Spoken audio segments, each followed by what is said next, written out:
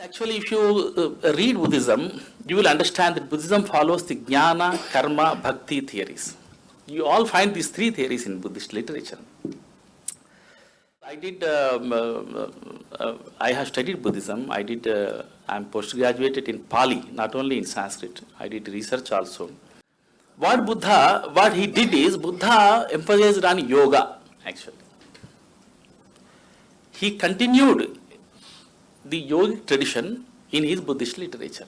He did nothing else that only continuing and researching and working on yogic tradition, yoga actually. How now you say how he is working on yoga? Because yoga means actually, you see what Patanjali says in Yoga Darshana, yoga chitta vritti nirodha. Yoga Darshana says about the mind only. And Buddha always speaks about the mind. Dhammapada starts with the verse mind. Mano pubbangama dhamma, mano pubba manomaya, manasache paduttena bhasativa karotiva tatonam dukkhamanmeti. And not only that, later in Khuddaka Nikaya also, in Digha Nikaya, everywhere Buddha you will find that he always Ashtanga Marga also. He always focuses on the mind. You control your mind, he says. There are several gathas and several passages. I am not going to repeat all these things. But that is why I say that what he said. And this yoga, this mind, researching on mind and controlling on mind, and this is what actually Vedic literature, Vedas also are saying same thing.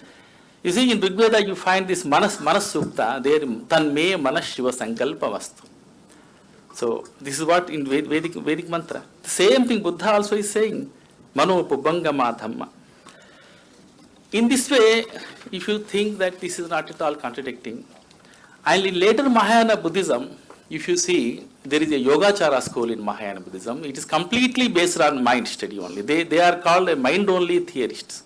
They say only mind is existing, nothing else is existing. That's what their theory. Sheldon Pollock says that Buddhism only brought the literature in India. Means there was no writing style in Sanskrit, and due to before Buddhism, actually there were only Vedic mantras. Brahmins used to, before Buddha, not just meaning. He said that only meaningless chantings of the Vedic mantras were existing.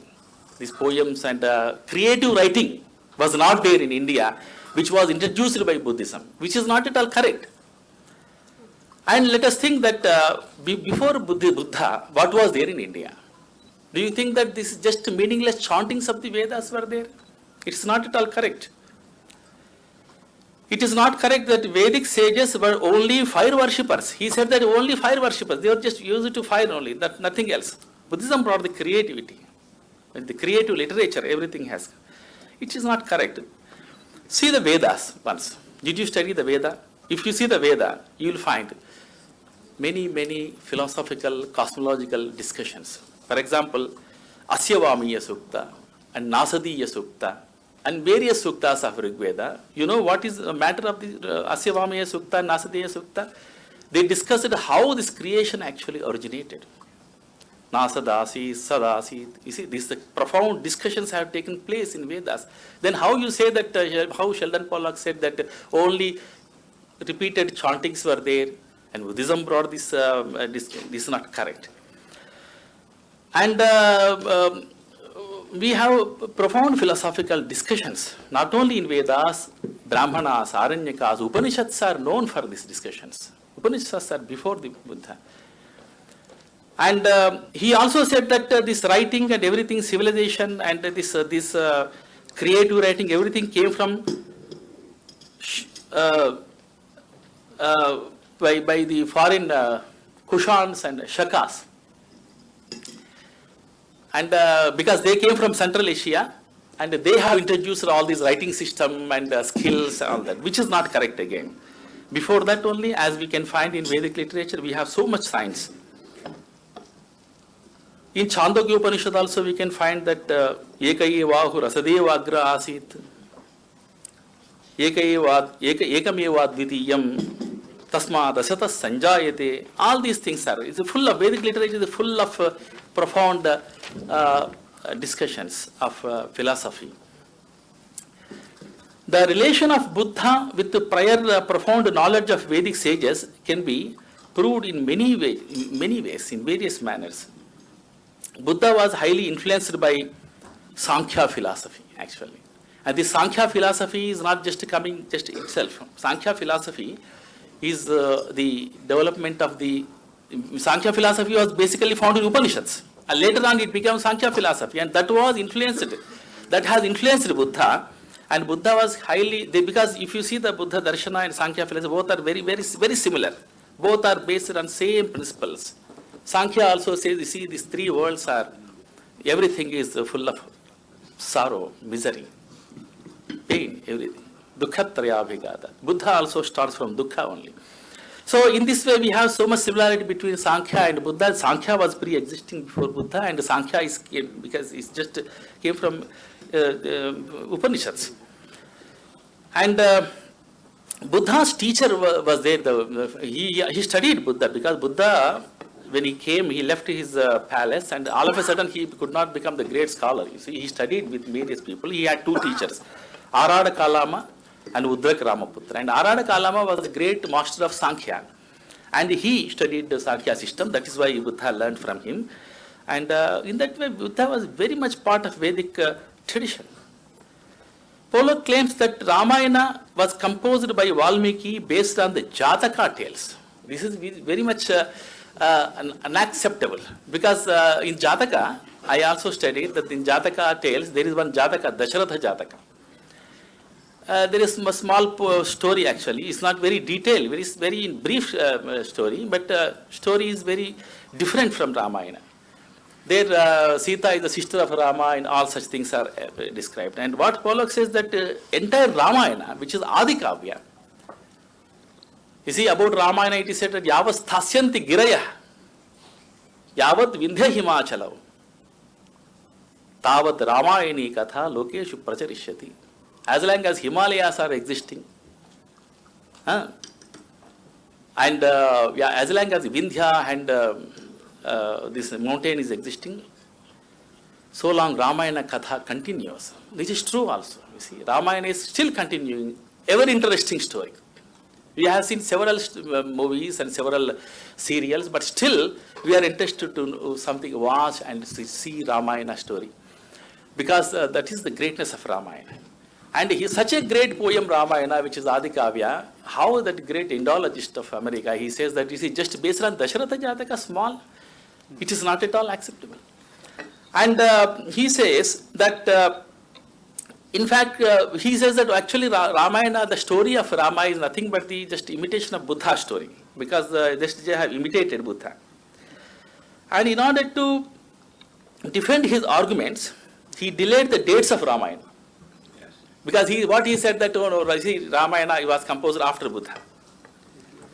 This is great injustice. But he could not supply the sufficient proofs for that.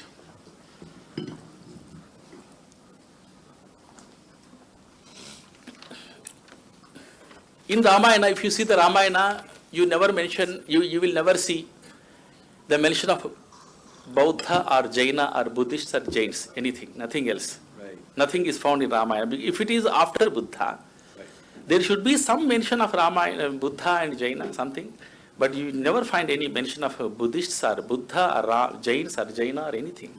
So that is quite evident that Ramayana was written earlier than, much more before than Buddhism. And he delayed the date of Ramayana, and then he says that, and we cannot accept that, because he could not give the proofs, but we can give the proofs. We can give the evidences. Because, you see, in Ramayana, Kaushambi, Kanyakubja, Kampilya towns were mentioned, but not the Pataliputra. Because Pataliputra town was developed in BC 380 during the regime of Kalashoka. So it is quite evident that is why the Pataliputra was not mentioned in Ramayana. These ancient towns are mentioned very much, Kaushambi, Kanyakubja, Kampilya. And also in Ramayana, Ayodhya was not named as Saketa, because Saketa was named Saketa is given to Ayodhya only by Buddhists. So in Buddhist literature, in Jatakas, you will find this name Saketa, but not in Ramayana. So this is another evidence. And he says that, and also he says that Panini also after Buddha, he says. Yes, very, very clearly. And however, this is not just Pollock's theory. There are many other Western scholars before him. German scholar Winter Nietzsche, Keith and others have stated that Ramayana was composed after Buddha and Panini is after Buddha. But many Western scholars and Indian scholars have not accepted this view. Among them are the MacDonald, Jacobi, are very important. They did not accept Ramayana because they said Ramayana has composed much more earlier than Buddhism. And Panini,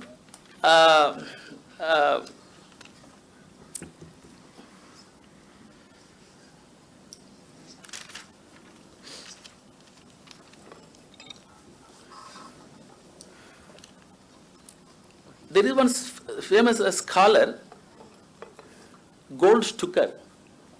He said that Panini belongs to 8th century BC. So therefore, Pollock's theory that Panini came afterwards, because he tried to convince it through various arguments, because Panini used the Yavana word, Yavana. Yavana means actually Greeks, it is referred to Greek, because Yavana, the ones Panini uses Yavana means, that means Panini's Ashtajayi was written only after Alexander's invasion. That's what his conclusion. But before Alexander's invasion, Panini already knows about the Yavanas. Alexander's invasion was not needed for the Yavana's knowledge of Panini.